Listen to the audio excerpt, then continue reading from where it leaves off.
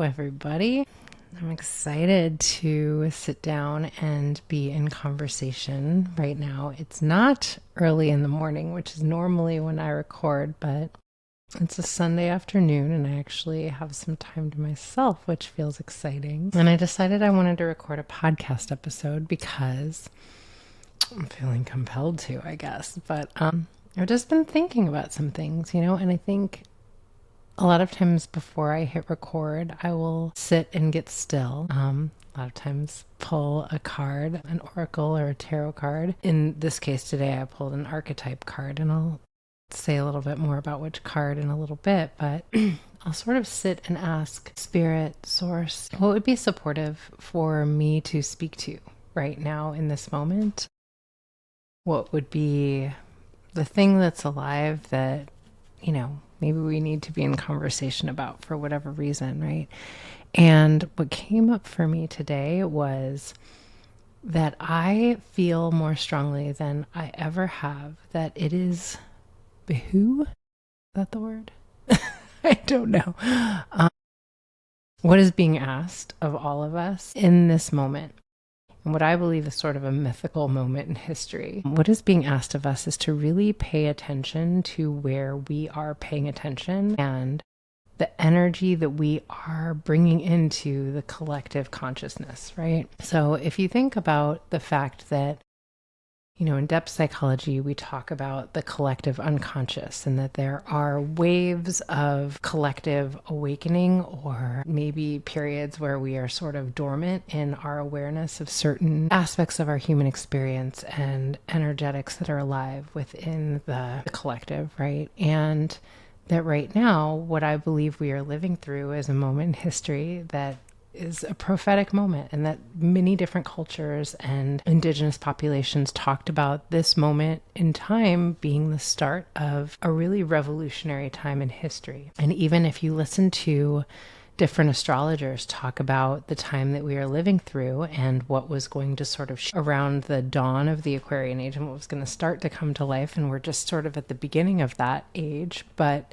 that there was going to be a reconfiguring in the way that we live as a humanity. And this is coming up for me. Well, so many things are coming up, so I'm just going to riff a little bit. You guys will just have to hopefully track where I'm going. But I was just watching Marianne Williamson, and she was talking about some of the challenging things that are happening in the world right now. And I don't want to speak in depth about what is happening, one, because you could be listening to this podcast at any time, and I think what I want to speak to are sort of universal themes that it won't really matter, hopefully, when you're speaking to it. But what she was saying was that a lot of what is going on in the world right now is similar to some of the energetics and some of the points of fallout that were happening in 1775 around the Revolutionary War.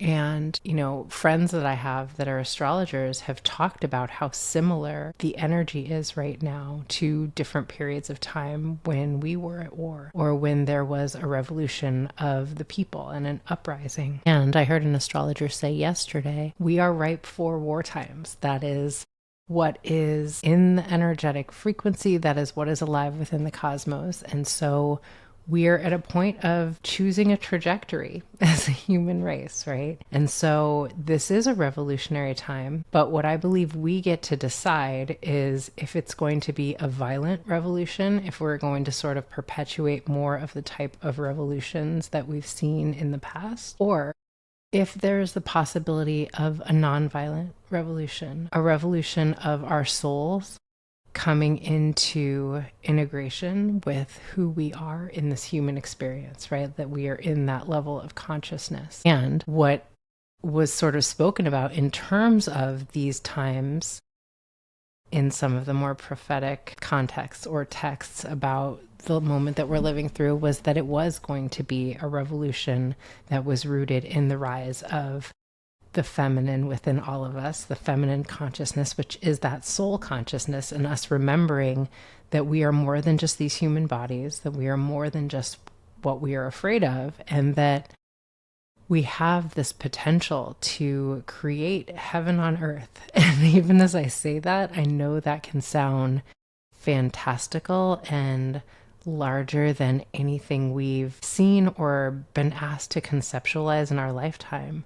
But, what I think is so powerful about allowing ourselves to even go there with that thought process is that heaven on earth is really about the state of our minds, from my perspective, and that what we are learning is the power of being in the inquiry, being in present-centered relationship with our minds, and that where our attention goes, our energy starts to flow, and that creates our experience of the world around us. Now, when we do this individually, we have just this incredible ability to shift our entire world and our consciousness and our experience of the lives that we're living. But when we do it in more of a collective sense of awakening, all of a sudden we get to be in the space of possibility and creation and putting down some of the distortions that are just creating so much of the, from my perspective, unnecessary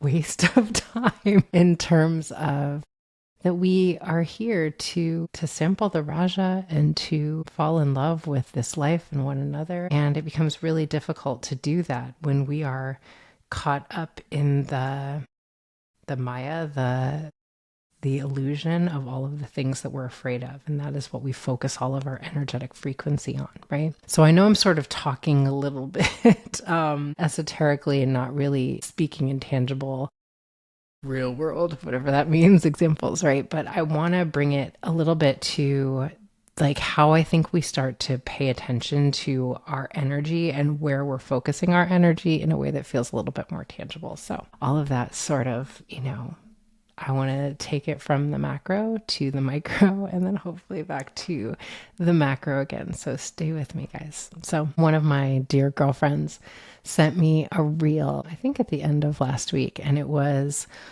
a reel of someone who I think she knows I really like his podcast, and that there's a lot of controversy around his podcast right now because he was having a conversation around just the male loneliness epidemic and how much men are really struggling to find partners and to, procreate. And, they're not having children and families, and that is problematic. And what he was saying in this clip that I guess many people have felt really challenged by, I want to say understandably, because it's a challenging thing to sit with. But what he was saying is, I just wonder if the government or someone needs to intervene in some way and do something to, this is like the propagation of our species. And if people stop having babies, that's going to be a real issue. And this is like, fertility, but it's also like the genetics and legacy of people is not carrying on. And he was, speaking about like, should we do something to intervene? Now, the trouble with this thing of like, should we do something to intervene is, what does that mean? Like, what would you do?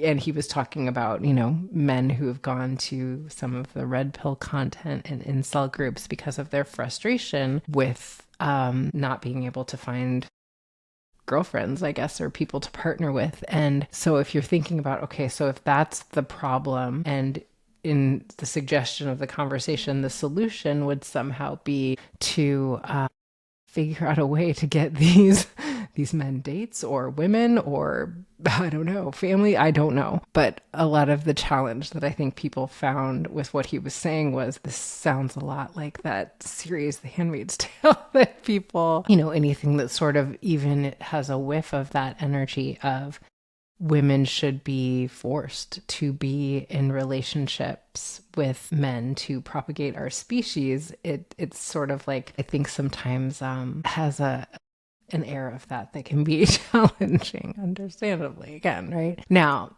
what I think is interesting is, as is often the case, when I see a reel that people are challenged by, I'll sort of look at the comments, and there was a lot of call for canceling. There was a lot of call for, this is always the problem with male-centric podcasts, that there's just a lot of misogyny that never gets called out. And, I was sitting and thinking about it, and I was thinking how much we are just really quick as a culture to play into the desire for us to polarize ourselves and to meet whatever someone is saying, even if what they're saying is challenging and we don't agree with it, with the least generous interpretation of who they are as a human, what their intention was and what they were saying. And I think when we do that, what ends up happening a lot of times in that level of polarization is because there's a very strong desire within the human psyche to not be bad, to not be seen as wrong. What we actually do is invite people to go further into their stance and dig their heels in and sort of feel like they need to defend themselves and why they're not a bad person, versus sort of calling them into conversation around what actually could be productive solutions to what we're talking about. Because I don't actually disagree with this podcaster, although I certainly disagree with the idea that anyone needs to be figuring out solutions to make sure that everyone's having babies. I think that that's something that needs to sort of naturally organize and figure itself out on its own. That's my opinion. Just don't come for me. But what I do think is problematic is the extent to which we have sort of decided that any conversation with and around men other than just men should fall in line with being a, quote, good feminist as we understand them to be, which normally means that, that trope I'm not a fan of, but happy wife, happy life. And I'm just here and I'm sort of in this submissive state of, being a good man and what would you have me say? And I'll go along with that. And I don't actually think that that's supportive of anyone. I don't think that's actually relating to one another or what any of us want. I think, as I was watching that and another reel that someone else had sent me, I was thinking to myself, God, I'm just really tired of this conversation, to be honest. This, the conversation around gender wars and which gender is needing the other or not, which gender is benefiting more than the other, which is more harmed and oppressed. And I don't really think it's taking us anywhere other than exactly where the powers that be, whoever they may be, that are trying to keep us from this revolution of love and raising the collective consciousness, we're sort of playing right into what the desire is for us to be distracted, right? To me, that is why it is just so easy to do things that aren't really sort of benefiting any of us and let those things play out, because we're so busy sort of in conversation around who's more of a misogynist than the next, whose podcast needs to be canceled and for what reason. And ultimately, those things aren't actually doing anything to create a sense of progress from my perspective, right? I don't think we've ever come further along as a human species because someone's been canceled. I said what I said. When I say that, what I mean is I don't think we come into deeper spaces of understanding or actually changing the hearts and minds of others. It's where do people go once they're canceled? They go to, I don't know, an incel group or a red pill podcast, right? And that sort of becomes this thing of, if we focus on what we don't like and we don't want and what is wrong with something versus what do we want to create and what do we want to celebrate and applaud when we see it, then we create more of that. And one of the consistent themes that I've seen in pretty much everyone that I respect in terms of the way that they talk about mindset and how we hold things and create whatever it is we want to experience in this life, one of the consistent themes that I almost always hear them speak to is where attention goes, energy flows. And if you focus your energy on what it is that you don't want and what is wrong and what is challenging, then you create more of that in the world. And if, on the other hand, you are willing to open your heart to saying, okay, I'm going to shift my focus away from the thing that I don't want and shift it towards what I want to see more of and what really brings a sense of enlivenment and inspiration and life force, right? And I focus like, how can I be a part of that? How can I put my energetic resources into supporting that, right? And that becomes the focus. Then that is what we create more of. But we cannot push against something without creating more of it in the world. I wish I could say that more strongly for the cheap seats somewhere. All of the energy and life force and attention that we place on the people that are not showing up in the way that we want them to, the people that we believe are bad or evil or are trying to destroy, our country or our world as we understand it, the more energy that we place there and focused there, the more powerful that energetic frequency becomes, you guys. These are not my laws, not my perspectives. These are universal laws. This is just the way that energy works, right? And so, I think what I choose to do with my energy is really focus on, if we circle back to that conversation around these gender wars and who is, suffering more in terms of their gender.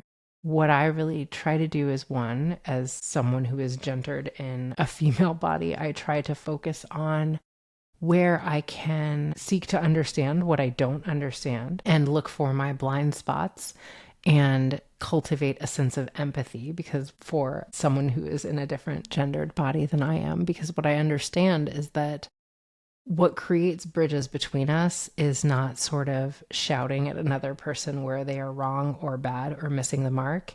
It is in me cultivating a sense of empathy for their experience, which opens the doorway, cultivates a sense of safety for them to create that energetic reciprocation. And this is just something that I've noticed after years of working with couples. Like, I have watched couples go around and around in circular conflict for years until one person is willing to be curious about the other person's experience, really, like seeking to understand what this has felt for you. Not because the other person has demanded that they do it, but because they within themselves choose to really try to understand what this has felt like for you. And it's taught me so much about what we have the potential to do energetically when we can just get out of the space of needing to be right. I think our rightness and our righteousness is the thing that keeps us in the perpetual state of conflict and of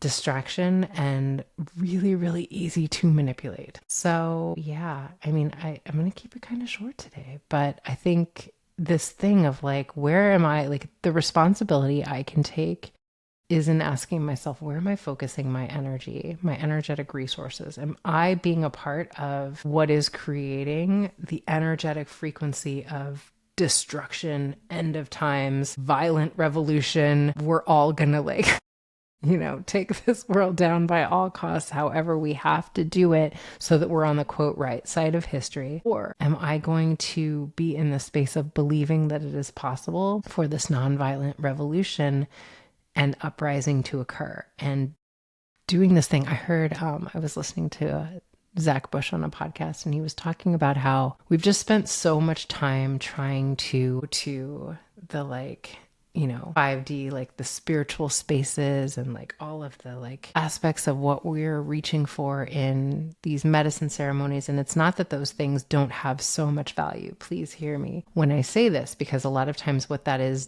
doing is bringing that state of awareness into our consciousness in terms of possibility. But what he was saying is that he believes this time in history is really asking us to bring that level of consciousness down and root it into the lives that we are living. And so what does that mean? That is sort of the thing of embodying I am consciousness, source consciousness within me here in this physical body, not as like a theoretical thing that I understand but I don't live, and that I like go to a retreat or I go on a plant medicine journey, or I, have a come into Jesus moment on Sundays, but in the rest of my life, I spend my time sort of, conversation about why my neighbor is the devil because they voted differently than me. Or in the space of just even in my own household, not able to be in that space of curiosity that I'm talking about, right? And it's not to shame ourselves for, it's really to call ourselves forward into our potential. From my perspective, it's literally us saying, like, if what we want is this heaven on earth, if what we want is a different world for our children to inherit, then I think like no other time in history, we are being asked to just take a different path than what has been the path before. We know what happens when we're in the space of power over and dominance and oppressing another group, regardless of who that group is, to get our way and get over on them. But what I don't believe we have tried, and the prophetic call of our times is power with, right? This space of collaboration, this space of what if we believed that it was possible with just shifting our energy away from what it is we don't want to see towards the energetic of what we want to see more of, right? So if there are podcasts that are, in the perspective of what I believe is misogynistic and minimizing of women, and that's problematic, what if I say, and so I'm not going to give that my energetic resources. What I am going to focus on are people or podcasts or men or whomever are really inspiring me with the way that they are showing up in the world and what they are speaking to. And then that becomes my experience of reality. And if I do that and I talk to someone else about that, and then they do that, and then it starts to create a ripple in the world because we are shifting the collective consciousness as we are connected to one another. And that is, in Jungian psychology, what we're talking about when we talk about the collective unconscious. It's that we have the ability to shift by what we pay attention to because we are connected to one another. But we really have to take such radical responsibility for ourselves, and that I have the sovereign ability to really focus my energy where I choose to focus it, if that's what I choose to do. All right. Big work, big breath. I know. So I pulled a card, and this card's really cool, you guys. It's the Kairos card. You can see it. And it's from the Wild Unknown Archetype guidebook.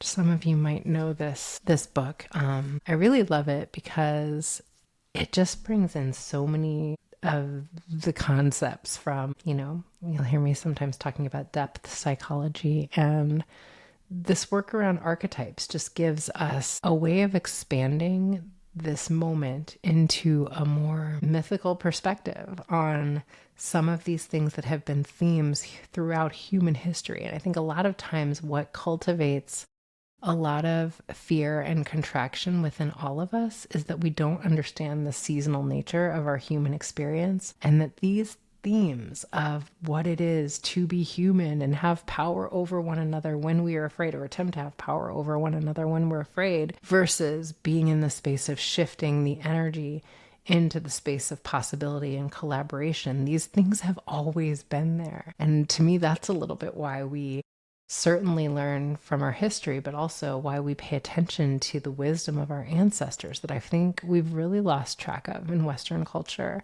And so I think that's why these things of tapping into some of this archetypal wisdom becomes important to me. So Kairos is mythic time and synchronicity. Isn't that fitting? I mean, it always is, but it says, we have all had the experience of timelessness, of life beyond the ticking of the clock.